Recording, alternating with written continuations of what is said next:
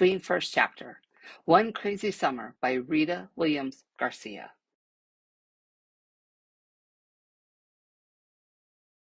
Chapter 1. Cassius Clay Clouds. Good thing the plane had seat belts and we'd been strapped in tight before takeoff. Without them, that last jolt would have been enough to throw Vonetta into orbit and Fern across the aisle. Still, I anchored myself and my sisters best as I could to brace us for whatever came next. Those clouds weren't through with us yet, and dealt another Cassius Clay left and a right jab to the body of our Boeing 727. Vonetta shrieked, then stuck her thumb in her mouth. Fern bit down on Miss Pattycake's pink plastic arm. I kept my whimper to myself. It was bad enough my inside squeezed in and stretched out like a monkey grinder's accordion. No need to let anyone know how frightened I was. I took a deep breath, so when my mouth finally opened, I'd sound like myself and not like some scared rabbit. It's just the clouds bumping, I told my sisters, like they bump over Detroit and Chicago and Denver. Vonetta pulled her thumb out of her mouth and put her head in her lap. Fern held on to Miss Pattycake. They listened to me. We push our way up in the clouds. The clouds get mad and push back, like you and Fern fighting over red and gold crayons. I didn't know about clouds fighting and pushing for a fact, but I had to tell my sister something. As long as Vonetta kept her fear to one shriek and Fern kept hers to biting Miss Pattycake, I kept spinning straw, making everything all right. That's mainly what I do. Keep Vonetta and Fern in line. The last thing Pa and Big Ma wanted to hear was how we made a grand Negro spectacle of ourselves 30,000 feet up in the air around all these white people. You know how Papa is, I told them. No way he'd put us on a plane if it were dangerous. They halfway believed me. Just as I had that soft plastic arm out of Fern's mouth, those Cassius Clay fighting clouds threw our 727 another jab. Big Ma, that's Pa's mother, still says Cassius Clay. Pa says Muhammad Ali, or just Ali. I slide back and forth from Cassius Clay to Muhammad Ali, whatever picture comes to mind. With Cassius Clay, you hear the clash of fists like a plane getting jabbed and punched. With Muhammad Ali, you see a mighty mountain, greater than Everest, and can't no one knock down a mountain. All the way to the airport, Papa had tried to act like he was dropping off 3 sacks of wash at the laundromat. I'd seen through Pa. He's no Vonetta, putting on performances. He has only 1 or 2 faces, nothing hidden, nothing exaggerated. Even though it had been his idea that we fly out to Oakland to see Cecile, Pod never once said how exciting our trip would be. He just said that seeing Cecile was something whose time had come, that it just had to be done. Just because he decided it was time for us to see her didn't mean he wanted us to go. My sisters and I had stayed up practically all night, California dreaming about what seemed like the other side of the world. We saw ourselves riding wild waves on surfboards, picking oranges and apples off fruit trees, filling our autograph books with signatures from movie stars we'd seen in soda shops. Even better, we saw ourselves going to Disneyland.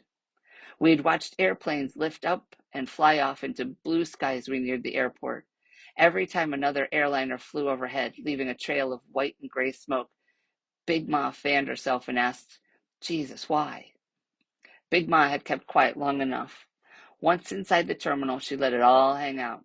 She told Pa, I don't mind saying it, but this isn't right. Coming out to Idlewild and putting these girls on a plane so Cecile can see what she left behind. If she wants to see, let her go on an airplane and fly out to New York. Big Ma doesn't care if President Kennedy's face is on the $50 or if the airport is now officially named for him. She calls the airport by its old name, Idlewild. Don't get me wrong. Big Ma was as mad and sad as anyone when they killed the president. It's change she has no pity on. However things are stamped in Big Ma's mind is how they will be, now and forever. Idlewild will never be JFK. Cassius Clay will never be Muhammad Ali. Cecile will never be anything other than Cecile. I can't say I blame Big Ma for feeling the way she did. I certainly didn't forgive Cecile. When Cecile left, Fern wasn't on the bottle. Vonetta could walk, but wanted to be picked up. I was 4 going on 5. Pa wasn't sick. but he wasn't doing well either. That was when Big Ma came up from Alabama to see about us. Even though Big Ma read her scripture daily, she hadn't considered forgiveness where Cecile was concerned. Cecile wasn't what the Bible meant when it spoke of love and forgiveness, only judgment. And believe me, Big Ma had plenty of judgment for Cecile. So even if Cecile showed up on Papa's welcome mat, Big Ma wouldn't swing the front door open. That was why Pa had put us on the plane to Oakland. Either Cecile wouldn't come back to Brooklyn or she wasn't welcome. Honestly, I don't think Pa could choose between Big Ma and Cecile, even after Cecile left him. And us. Even after Cecile proved Big Ma right. How can you send them to Oakland? Oakland's nothing but a boiling pot of trouble cooking. All them riots. Pa had a respectful way of ignoring Big Ma. I wanted to smile. He's good at it. A shrill voice had announced the departing flight to Oakland. All three of us had butterflies. Our first airplane ride. Way up above Brooklyn. Above New York. Above the world.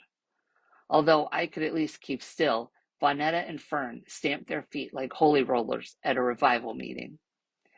Big Ma had grabbed them by the first scruff of fabric she could get a hold of, bent down, and told them to act right.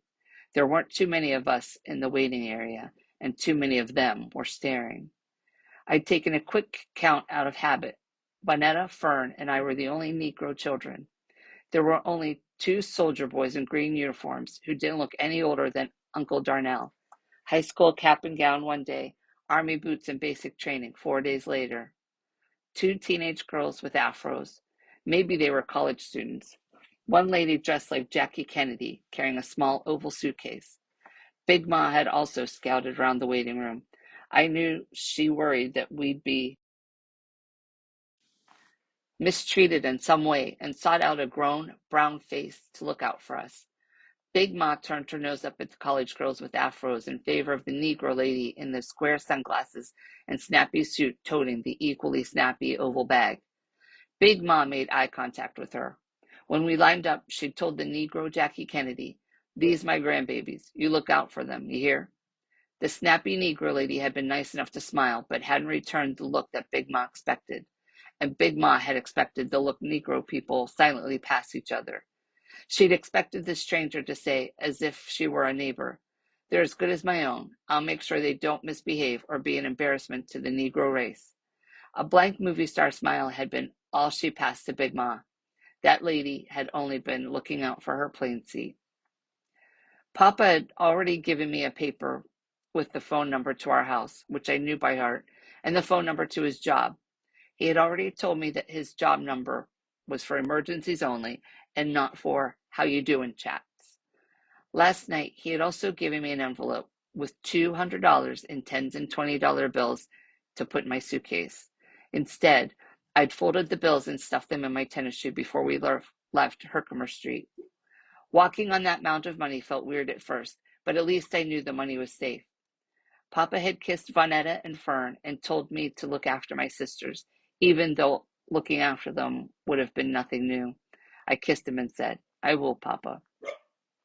When the line to the ticket taker had begun to move, Big Mama had gotten teary and mushed us up in her loose-fitting violet and green muumuu dress.